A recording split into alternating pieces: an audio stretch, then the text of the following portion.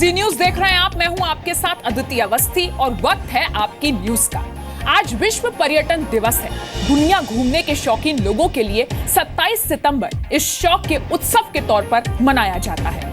अतिथि देवो भव हमारी सांस्कृतिक विरासत है। भारत में अतिथि को देवता का दर्जा दिया गया है। हमारी इस सांस्कृतिक विरासत को दुनिया भी मानती है, पसंद करती है, इज्जत करती है। तभी तो विदेशी इंडिया को ही अपना हॉलिडे डेस्टिनेशन अक्सर चुनते आए हैं। भारत घूमने आए लोगों के लिए राजधानी दिल्ली हमेशा से ही पसंदीदा डेस्टिनेशन रहा है। दिल्ली की हेरिटेज जगहों के बारे में तो आपने बहुत कुछ सुना होगा, लेकिन क्या आपने कभी दिल्ली में पेड़ों के इतिहास के बारे में जानने की कोशिश की है? दिल्ली में ऐसे पेड़ हैं जो राजधानी में सालों से हैं और उनको हेरिटेज पेड़ों की सूची में शामिल किया गया है और अब इन पेड़ों को हेरिटेज ट्री का दर्जा दिया जाएगा।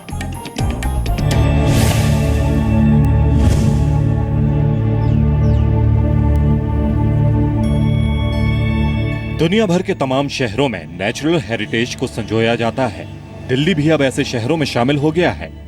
दिल्ली सरकार ने अरावली और एनसीआर की चुनिंदा किस्मों के पेड़ों को हेरिटेज ट्री का दर्जा देने का फैसला किया है। दिल्ली भी उनमें से कुछ शहरों में से एक बन गया है। हमने पहले 18 ट्रीज़ की एक लिस्ट जारी की है जो दिल्ली की विरासत, दिल्ली के इतिहास से जुड़े हुए हैं और इसमें और भी मशहूर और जाने माने पेड़ हैं जो दिल्ली के इतिहास से जुड़ते चले जाएंगे। दिल्ली सरकार का मानना है कि 200 साल पुराने जामुन, पीपल, शहतूत और कादम जैसे पेड़ दिल्ली से खत्म हो रहे हैं, जिन्हें बचाने की जरूरत है। अरावली और एनसीआर की चुनिंदा किस्मों के ये पेड़ अपने आप में एक खास पहचान रखते हैं।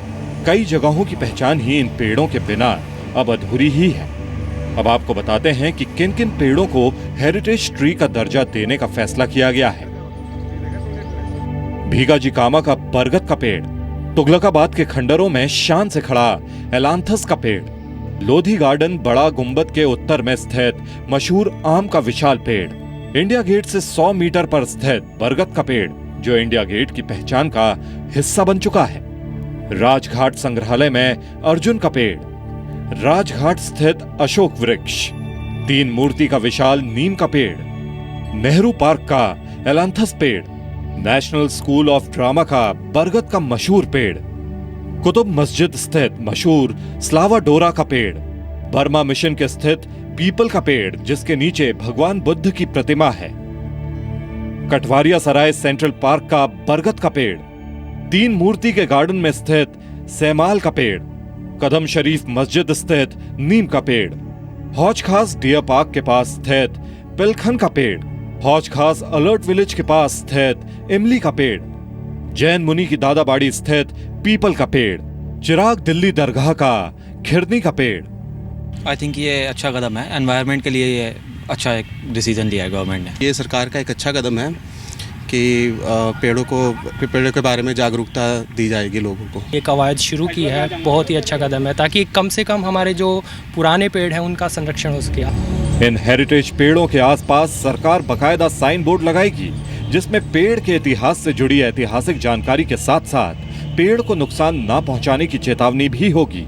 में हम लोग अपने टूरिस्ट को बताएंगे, अपनी वेबसाइट में डालेंगे, वहाँ पर साइन बोर्ड लगा के उनकी जानकारी देंगे, उनको प्रोटेक्ट करने की विशेष व्यवस्था की जाएगी और जो भी एजेंसी या लोग इन ट्रीज को अभी तक बचाते आए हैं उनको सम्मानित भी किया जाएगा। देश की राजधानी को वर्ल्ड हेल्थ ऑर्गेनाइजेशन ने सबसे ज्यादा प्रदूषित शहर का दर्जा दिया है। ऐसे में ये पेड़ शहर की हवा को जहरीला होने से बचा सकते हैं। सरकार के मुताबिक आने वाले दिनों में अगर सुझाव मिलते हैं तो कई और पेड़ प्राकृतिक विरासत का हिस्सा बन सकते हैं। कई साल से इंडिया गेट के पास खड़े बरगद के इस पेड़ की भी अब अपनी एक अलग पहचान है। ये पेड़ उन पेड़ में से एक है जिन्हें दिल्ली सरकार ने हेरिटेज ट्री घोषित करने का फैसला किया है। इस कदम से इन पेड़ों की सुरक्षा तो होगी ही, साथ ही साथ लोगों को और पेड़ लगाने के लिए प्रोत्साहन भी मिलेगा। कैमरामैन श्रीचंद सिन्हा के साथ अश्विनी कुमार गुप्ता, जी मीडिया, दिल्ली। और आइए अब आपको बताते हैं देश के कुछ मशहूर पेड़ों के बारे में जो भारत की नेचुरल हेरिटेज का हिस्सा है। सबसे पहले जिक्र करते हैं बिहार के बोध गया में बोधि वृक्ष का, जो कि नेचुरल हेरिटेज का सबसे अहम हिस्सा है। हरियाणा के कुरुक्षेत्र में वट वृक्ष है जो कि नेचुरल हेरिटेज का हिस्सा है। महाराष्ट्र के शिरडी में साईं बाबा मंदिर में पवित्र नीम का पेड़ है, जिसके बारे में आपने सुना जरूर होगा। मसूरी के वुडस्टॉक स्कूल में वीणा का पेड़ और हरिद्वार के शांति कुंज में रुद्राक्ष का पेड़ नेचुरल हेरिटेज का हिस्सा है। और अब रुक करते हैं अगली अहम खबर का, अच्छी खबर का। बात करते हैं आपकी सेहत की। लोग कहते हैं कि अगर आप घर में रहें तो प्रदूषण से बचना मुमकिन है, लेकिन क्या आप जानते हैं कि हमारे घर में भी प्रदूषण का स्तर बढ़ता जा रहा है। फर्नीचर, फ्रिज और दूसरे रसायनों से घर में जहरीली हवा फैलती है। इसी से निपटने के लिए एक मोबाइल ऐप लॉन्च की गई है, जो आपके घर के अंदर प्रदूषण को खत्म करने में मदद कर सकती है। ये रिपोर्ट देखिए। अब आ गया है एक ऐसा मोबाइल ऐप जो प्रदूषण से आपकी जान बचाएगा। ये ऐप बताएगा कि आपके घर में कौन से पौधे होने चाहिए जिससे घर में प्रदूषण ना हो। इस मोबाइल ऐप का नाम है शैली और इसे बनाया है IIT गुवाहाटी के छात्र रौनक सिंह ही ने। शैली ऐप से आप ऐसे पौधे घर पर मंगवा सकते हैं जो आपके घर में प्रदूषण कम करने में कारगर हैं। ये वाला पौधा कार्बन डाइऑक्साइड बहुत अच्छी तरह से सोखता है, बहुत अच्छी तरह से। तो ये जब पौधा कार्बन डाइऑक्साइड जब सोखता है तो जैसे लोग गैदर होते हैं, हमारे 5 लोग 10 लोग 15 लोग जब गैदर होते हैं तो कार्बन डाइऑक्साइड लेवल्स काफ़ी बढ़ जाते हैं। तो ये पौधा तब बहुत अच्छा काम करता है। इसका नाम है जेनेट क्रेग। जहाँ भी क्लीनिंग प्रोडक्ट, जैसे ये लॉबी है, यहाँ गेस्ट रूम है, लोगों के लिए अच्छा रखना होता है, सुंदर रखना होता है, मेंटेन करना होता है। तो ये पौधा one of the best plants हैं क्लीनिंग प्रोडक्ट्स के केमिकल्स को एब्सॉर्ब करने के लिए। ये किचन के लिए बहुत अच्छा है। नाइट्रोजन डाइऑक्साइड एब्सॉर्ब करता है बच्चों को, जिससे अस्थमा होता है, उसको सोखने में बहुत कारगर है। ये बहुत कारगर है। जब अपन कुकिंग करते हैं तो वो गैस रिलीज होती है। ये पौधे घर में अमोनिया और बेंजीन की मात्रा कम करते हैं। फॉर्मेल्डिहाइड, ट्राइक्लोरोएथिलीन, कार्बन मोनोऑक्साइड को सोखते हैं। जाइलिन जैसे घातक गैस और तत्वों को खत्म करते हैं। घर के भीतर बढ़ते वायु प्रदूषण से निपटने के लिए कई लोग एयर प्यूरिफायर का इस्तेमाल करते हैं, जो एक कारगर तरीका भी है। लेकिन हर घर में प्यूरिफायर संभव भी नहीं। लिहाजा ऐसी सूरत में पौधों की मदद से घर को प्रदूषण मुक्त बनाना एक अच्छा रास्ता है।